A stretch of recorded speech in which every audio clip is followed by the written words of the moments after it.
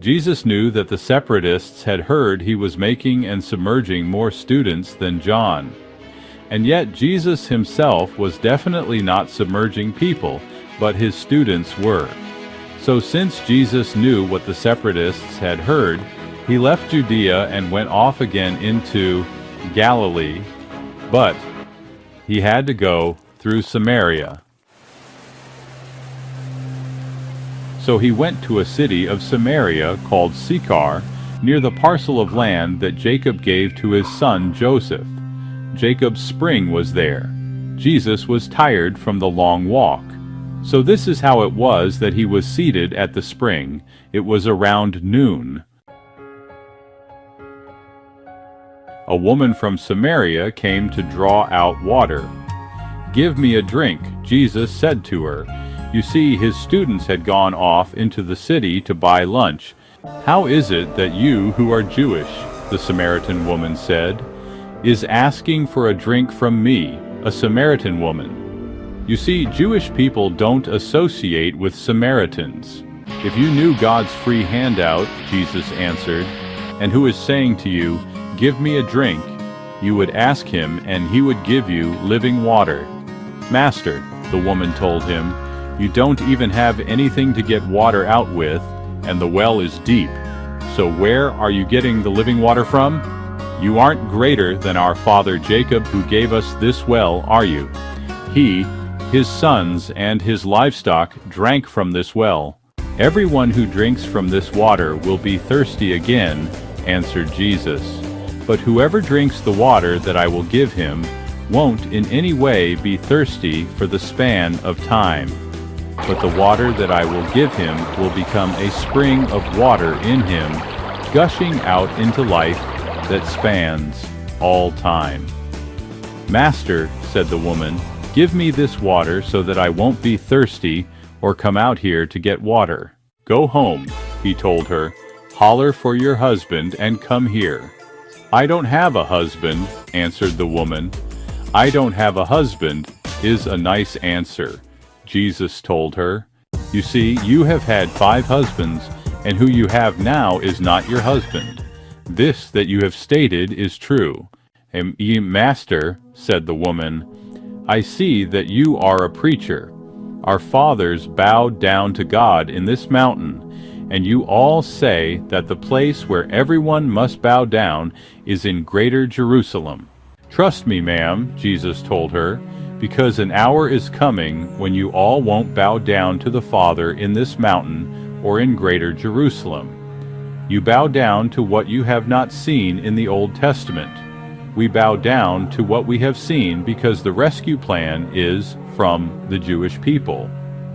But an hour is coming, and it is now, when the people who truly bow down to the Father will bow down in spirit and truth." You see, the Father is even looking for these types of people who are bowing down to Him. God is a spirit, and the people bowing down to Him must be bowing down in spirit and truth. "I realize that a Messiah is coming," the woman told him, "the one who is called Anointed King. When that Messiah comes, he will announce absolutely everything to us. I, the one speaking to you, am him," Jesus told her. At this time, his students came and were amazed that he was speaking with a woman. However, no one said, "What are you looking for?" or "Why are you speaking with her?" So the woman left her water pot and went off into the city. In the city, she was saying to the people, "Come on, look, there's a man out at the spring who told me all kinds of things that I did. This isn't the Anointed King, is it?" They came out of the city and were coming toward him. In the meantime, the students were saying to him, "Rabbi, eat." But Jesus told them, "I have food to eat that you haven't seen." So the students were saying to each other, "Someone didn't bring him something to eat, did they?" "My food is to do what the one who sent me wants," Jesus told them, "and to complete his work.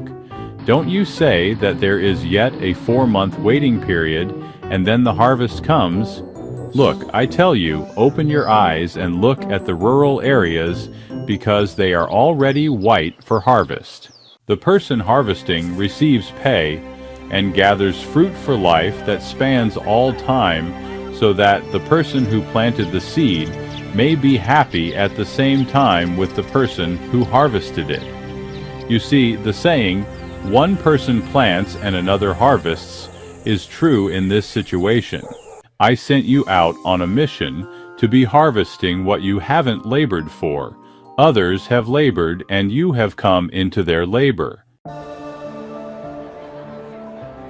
Many of the Samaritans from that city trusted in him because of what the woman said when she told what she experienced. He told me all kinds of things that I did. So since the Samaritans came out to see him, they were asking him to stay with them. He did. He stayed there for 2 days. Many more trusted after hearing what he said. They also were telling the woman, "We no longer trust because of what you spoke about him." You see, we ourselves have heard him, and we realize that this is truly the world's rescuer. After the 2 days, he went out from there into Galilee, but not to Nazareth. You see, Jesus himself told what he experienced, that a preacher doesn't have value in his own hometown.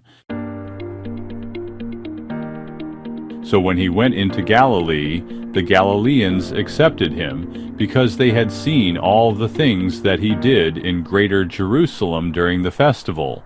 You see, they also went to the festival. So again he went to Cana, Galilee, where he made the water wine. In Capernaum there was a certain royal person whose son was in frail health. This royal person heard that Jesus had arrived in Galilee from Judea. He went out to where he was and was asking him to walk down to Capernaum and cure his son. You see, he was going to die. If you all don't see proofs and miracles, you won't in any way trust, Jesus told him. Master, walk down to Capernaum before my young child dies, said the royal person. Travel back, Jesus told him. Your son is alive. He trusted what Jesus told him and traveled back. When he was already walking down to Capernaum, his slaves met him and told him that his boy is alive.